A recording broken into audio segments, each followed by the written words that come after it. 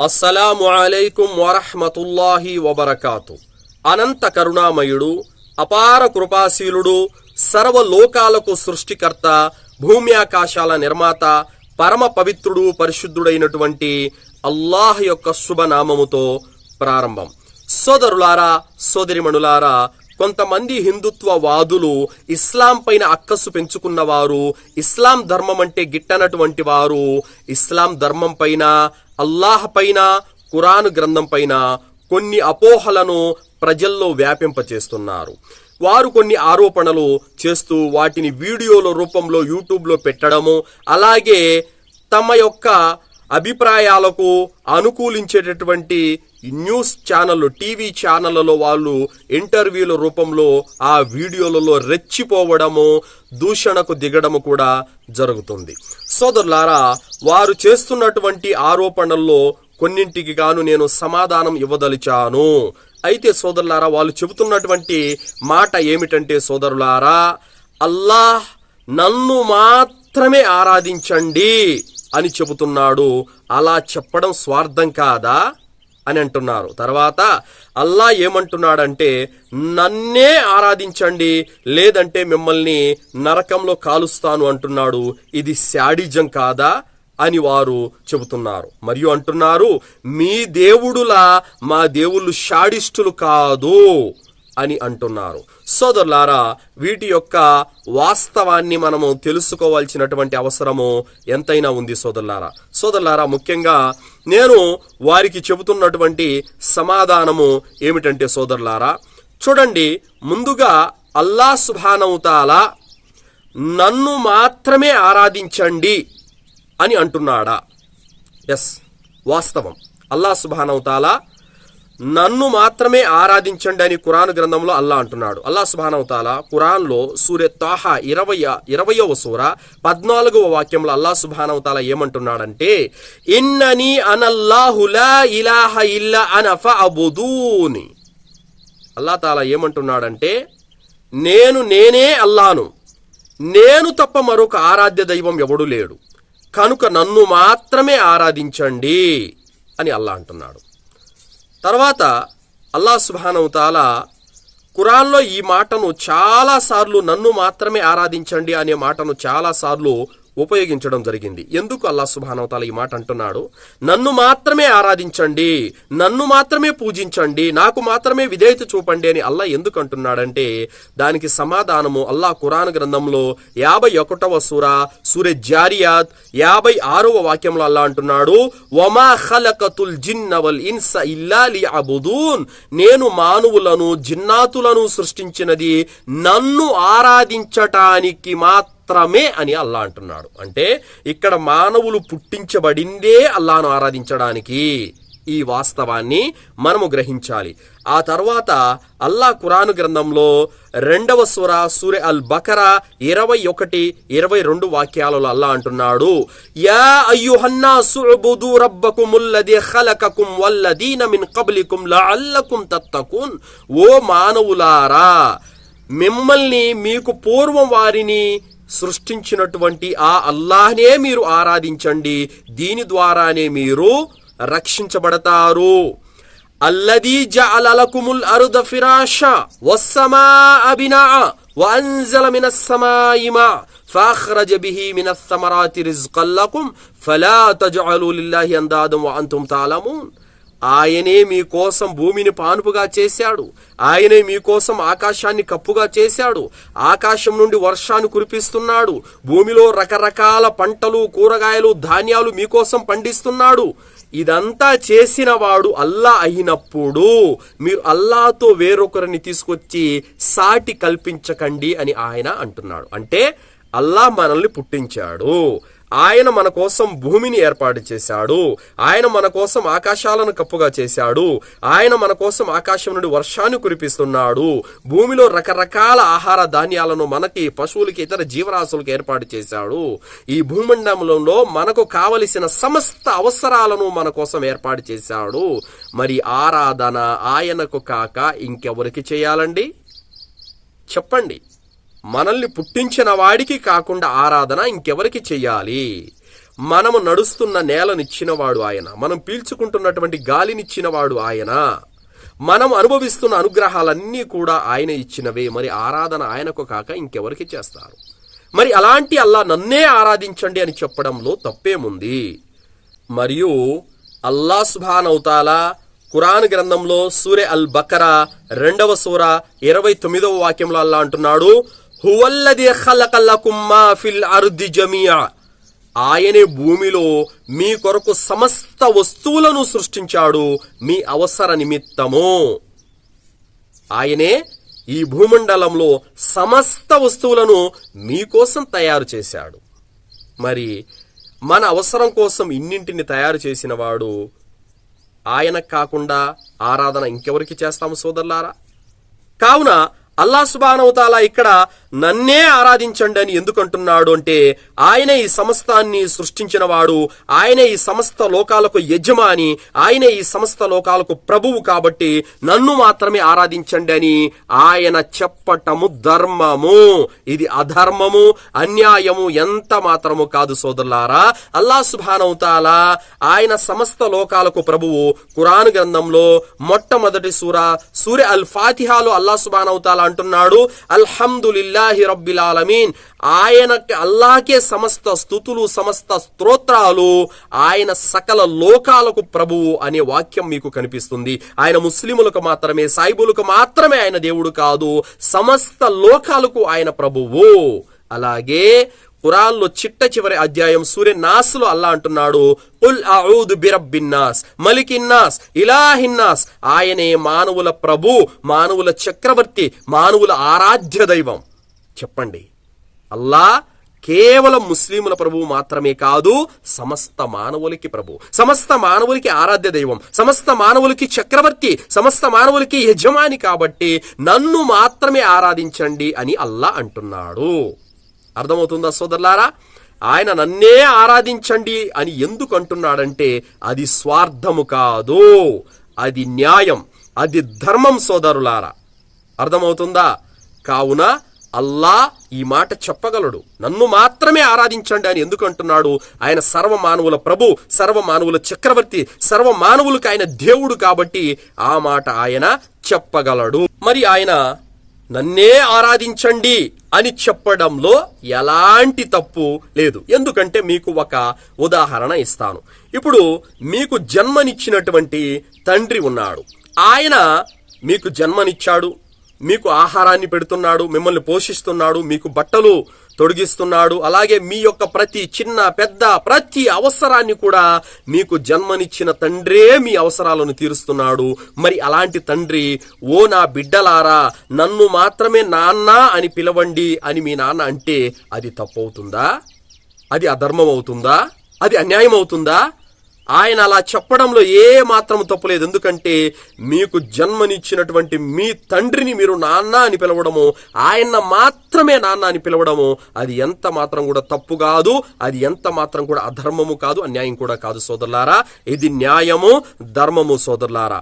కావున అలాగే మనల్ని పుట్టించినటువంటి సృష్టికర్త మనల్ని, ఓ నా దాసులారా మీరు నాకు మాత్రమే దాస్యం చేయండి, నన్ను మాత్రమే పూజించండి, నన్ను మాత్రమే మీరు ఆరాధించండి అని చెబితే అది తప్పు ఎలా అవుతుంది? ఎంత మాత్రము తప్పు కాదు సోదరులారా. అలాగే సోదరులారా, అసలు జుల్మ్ అంటే ఏంటో తెలుసా? జుల్మ్ అంటే దుర్మార్గం. దుర్మార్గాన్ని మనలో ఎవ్వరు కూడా సహించరు, దుర్మార్గాన్ని ఎవరు కూడా ఇష్టపడరు, ప్రతి ఒక్కరూ దాన్ని అసహించుకుంటారు సోదరులారా. మరి దుర్మార్గం అంటే ఏంటో తెలుసా? మీలో ఎవరికైనా సరే ఒకరికి భూమి ఉంటే ఆ భూమిని ఎవరైనా ఒక జానడు కబ్జా చేస్తే మీరు ఊరుకుంటారా? చెప్పండి. అంటే ఒకరు భూమిని మరొకరు ఆక్రమిస్తే అది ఏమవుతుంది? జుల్మ్ అవుతుంది, దుర్మార్గం అవుతుంది అన్నమాట. ఎవరైనా సరే ఒకరు భూమిని ఒకరు అన్యాయంగా లాక్కుంటే ఏమంటాం తెలుసా? అరే దుర్మార్గం రా ఇది, అన్యాయం రా ఇది అని అంటారా లేదా? ఖచ్చితంగా అంటారు. అలాగే మీ భూమికి మీరు కష్టపడి సంపాదించుకున్నటువంటి, మీరు హక్కు కలిగినటువంటి ఆ భూమికి సంబంధం లేని ఒక వ్యక్తిని తీసుకొని వచ్చి ఇతను కూడా ఈ భూమికి యజమాని అని అంటే మీరు ఒప్పుకుంటారా? చెప్పండి, ఒప్పుకుంటారా? ఒప్పుకోరు. అరే దుర్మార్గం, అన్యాయం అని చెప్పేసి మీరు ఎంతవరకైనా సరే న్యాయం కోసం పోరాడతారు, అవునా కాదా? ఖచ్చితంగా పోరాడతారు. మరి ఈ సమస్త లోకాలను పుట్టించినటువంటి, సృష్టించి నడిపిస్తున్నటువంటి ఆ అల్లాహ్, దీనికి యజమానిని నేను, నన్ను మాత్రమే మీరు ఆరాధించండి అని అంటే అది తప్పు ఎలా అవుతుంది? అది అన్యాయం ఎలా అవుతుంది? అది అధర్మం ఎలా అవుతుంది సోదరులారా? తర్వాత ఒక వ్యక్తి కష్టపడి ఇల్లు కట్టుకున్నాడు. అతని డబ్బుతో, అతని శ్రమతో అతను ఇల్లు కట్టుకున్నాడు.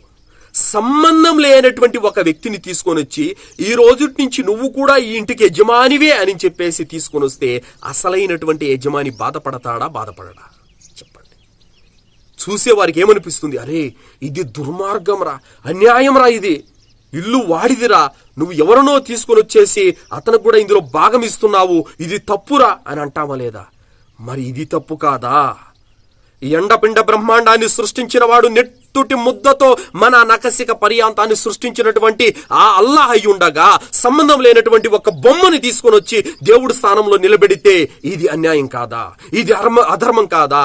ఈ భూమి ఆకాశాలు ఆయన యొక్క ఆస్తి.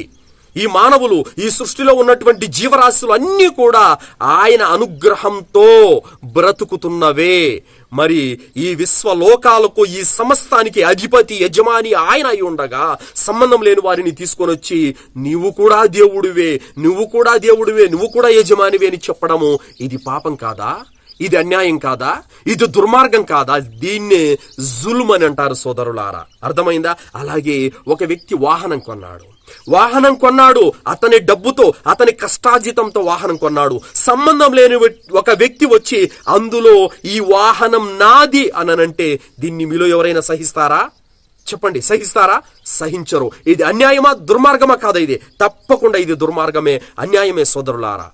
మరి అది మీకు అన్యాయం అనిపించినప్పుడు, అది మీకు దుర్మార్గం అనిపించినప్పుడు, అది మీకు తప్పు అనిపించినప్పుడు, ఈ సమస్త లోకాలను సృష్టించినటువంటి సృష్టికర్త అల్లాహకు సమానంగా ప్రాణం లేనటువంటి నిర్జీవమైనటువంటి వస్తువుల్ని తీసుకొచ్చి నువ్వు కూడా దేవుడివే, నువ్వు కూడా స్వామివే, నువ్వు కూడా ప్రభువేనంటే ఇది తప్పు కాదా?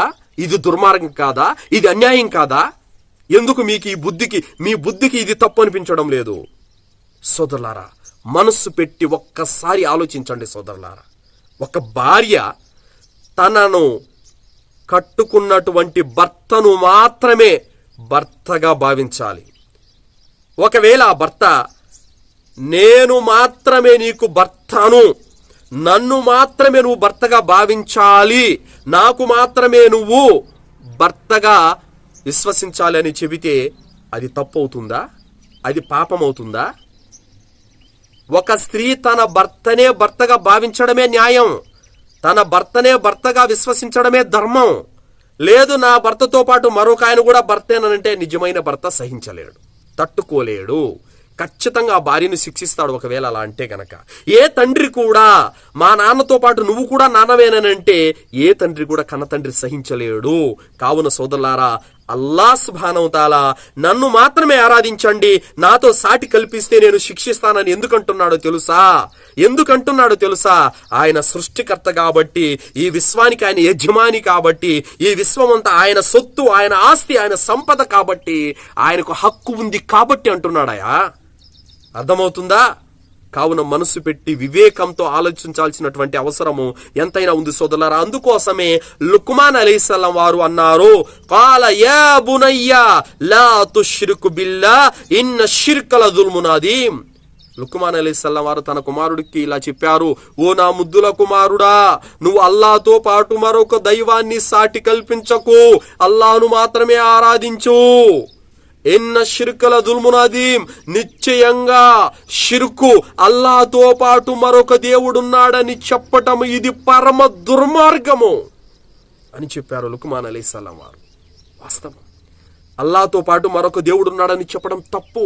అల్లాహ్తో పాటు మరొక స్వామి ఉన్నాడని చెప్పడం ఘోరమైన పాపం.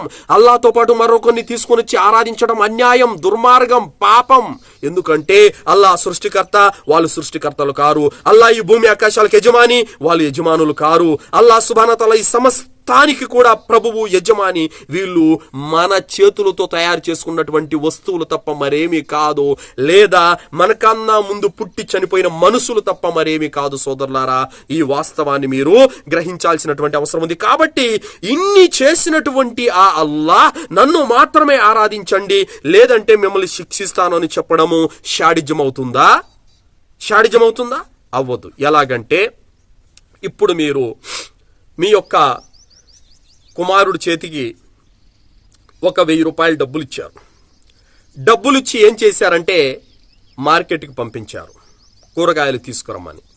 ఐటమ్స్ చెప్పారు, ఫలానా ఫలానా ఫలానా ఫలానా ఐటమ్స్ తీసుకురమ్మని. ఆ పిల్లోడు సరుకులు తీసుకొని వచ్చారు. ఇంటికి వచ్చిన తర్వాత మీరు లెక్క అడుగుతారా లేదా? 1000 రూపాయల్లో ఏ వస్తువు ఎంతెంత కొన్నావు, ఎంత ఖర్చు పెట్టావు, ఎంత మిగిలింది, ఎంత చిల్లర మిగిలిందో ఎనిక్కివ్వని చెప్పేసి అడుగుతారా లేదా? ఒక 1000 రూపాయలు డబ్బులు ఇస్తేనే మీరు మీ కుమారుణ్ణి ఇన్ని లెక్కలు అడుగుతున్నారే. మరి ఈ సమస్తాన్ని మన కోసం సృష్టించిన వాడు, ఇన్ని అనుగ్రహాలను తన దాసుల కోసం కురిపించినటువంటి వాడు, ఈ సమస్తాన్ని దాసుల కోసం వశం చేసినటువంటి వాడు మీ నుండి లెక్క అడగడా? మీ నుండి లెక్క తీసుకోడా? ఖచ్చితంగా లెక్క తీసుకుంటాడు. ఆ లెక్కలో సఫలమైన వాడు, విజయం సాధించిన వాడు స్వర్గానికి వెళతాడు. ఎవరైతే లెక్క తప్పిన వాడు శిక్షించబడతాడు. సోదరులారా, అలాగే మీరు కొంత డబ్బులు ఇచ్చి మీ కొడుక్కి ఒక వస్తువు తీసుకురమ్మని చెప్పాడు. ఆ పిల్లోడు ఏం చేశాడంటే అక్కడికి వెళ్ళి ఆ డబ్బులు ఖర్చు పెట్టేసుకొని ఇష్టానుసారము దాన్ని వృధా చేసుకున్నాడు.